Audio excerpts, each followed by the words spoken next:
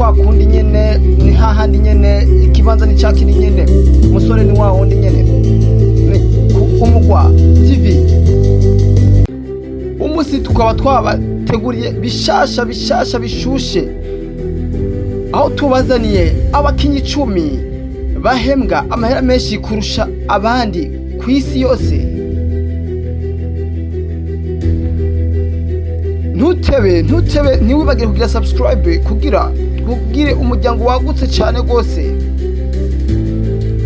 Nkuko dusanzwe tubikora, duhera mu kibanza c'icumi. Mu kibanza c'icumi tuhasanga umukinyi ahembwa amahera menshi,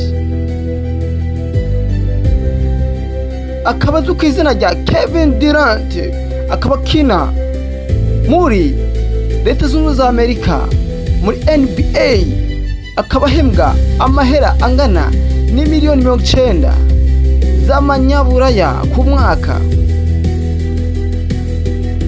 Mu kibanza c'icenda naho tuhasanga umukinyi bitwa Shohei Ohtani, akina umukino wa baseball, akaba ahembwa miliyoni 92 z'amanyabura mu mwaka. Mu kibanza c'umunani naho tuhasanga umukinyi azwi ku izina rya Karim Mustafa Benzema, akina umupira w'amaguru, akaba ahembwa miliyoni 93 z'amanyabura ku mwaka. Karim Mustafa Benzema akaba yavutse ku igerekezo rya 19 Kigarama umwaka w'1987, aho bitwa Iriyo mu Bufaransa. Akaba afise imyaka 37. Mu mugwi akinamwo akaba yambara nimero 9, akaba akina ku ruhande rwa avant-centre nk'umwataka muri Al Ittihad Club. Mu kibanza c'indwi naho tuhasanga uwo bitwa Juan Soto, akina basket, akaba ahembwa miliyoni 102 z'amanyaburaya. Ushobora kubaza Juan Soto ninde? Juan Soto ni umukinyi akina baseball, afise imyaka 26,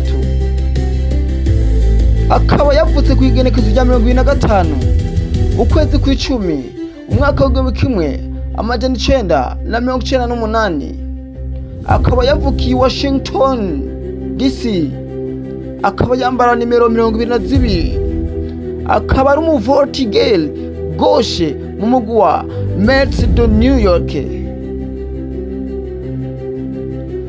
Mu kibanza ca gatandatu naho turahasanga umukinyi akina muri basket muri NBA, nawe bamuzi ku izina rya LeBron James, akaba ahembwa miliyoni 120 y'amanyaburaya ku mwaka. LeBron James ni umukinyi w'imyaka 40, yavutse igerekezo rya 30 Kigarama umwaka w'1984, aho bitwa Akron. Akaba yambara nimero 23, akaba ari umu elie muri Los Angeles Lakers.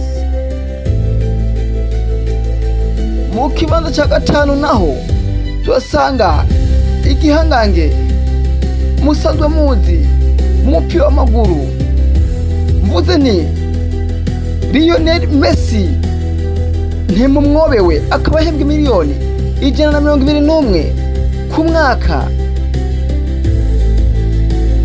Miliyoni 121 ku mwaka, ukaba wumva karushwa imiliyoni 145 n'umukinyi wa mbere tuza kubabwira. Lionel Messi afise imyaka ingahe rero? Akaba yavutse ku igerekezo rya 24 Ruheshi umwaka w'1987, aho bitwa i Rosario muri Argentine. akaba yambara nimero 10 mu mugwi wa Miami CF. Lionel Messi akaba kwije imyaka 37. Tumanuka mu kibanza ca kane. Mu kibanza ca kane tuhasanga uwo bitwa Dak Prescott, akaba asanzwe akina ico umupira bitwa football americain. Abawuzi baca bawutahura.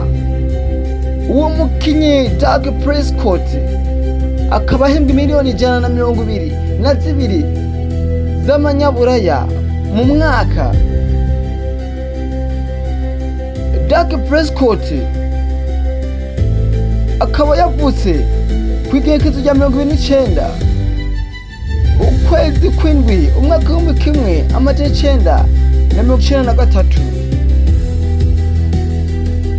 Dak Scott akaba yambaye nimero 4 mu mugwi wa Dallas Cowboys, akaba akina ku ruhande rw'inyuma uwo bita quarterback, akaba afite imyaka 31. Mu kibanza ca gatatu turasanga umuboxer bamwitwa ku izina rya Tyson Fury. Ku mwaka akaba ahembwa miliyoni 130 z'amanyaburaya. Umukinyi Tyson Fury akaba ari umukinyi afise imyaka 37.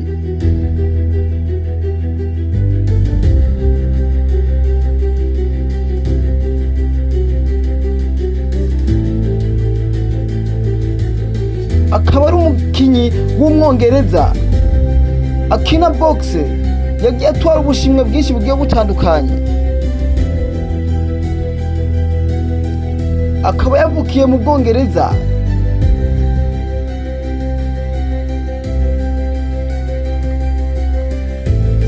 Mu kibanza ca kabiri tuhasanga uwo bitwa Stephen Curry.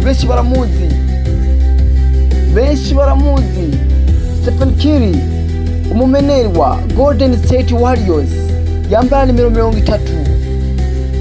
Akaba yavutse igenekerezo rya 14 ntwarante umwaka w'1988. Akaba arumanije imyaka 37.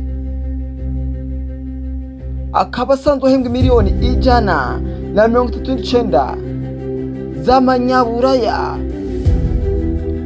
Mu kibanza ca mbere turasanga umukinyi igihangange, tuvuze Ronaldo ntibamwobegwa, tuvuze Lionel Messi baca bumva aho tubasanga. Mu kibanza ca mbere nabivuze ni Cristiano Ronaldo.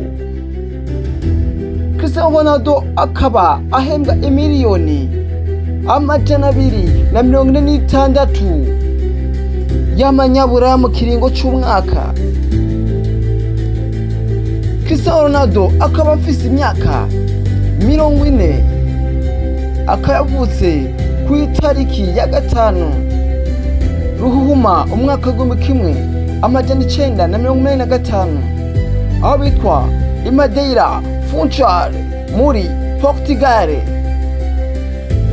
Cristiano Ronaldo akaba yambara nimero 7. Akaba ari umwataka wa Al Nassr. Akaba yakinye inkino 28 muri umwaka, afise ibitsindo 23. Cristiano Ronaldo akaba apima metero 1 na santimetero 87. Mwari kumwe na Gabriel. Ntimwibagire kugira subscribe kugira twagura umuryango, commentaire, share. Ibyo bizodushika kunyota tubandanye kuguma tubamenyesha ibyo mutamenye. Ndabashimire kuri akanya mwafashe mukumviriza ibyo kwa bateguriye. Naho ubutaha mu kindi kiganiro. Hasta la vista, muhezagirwe.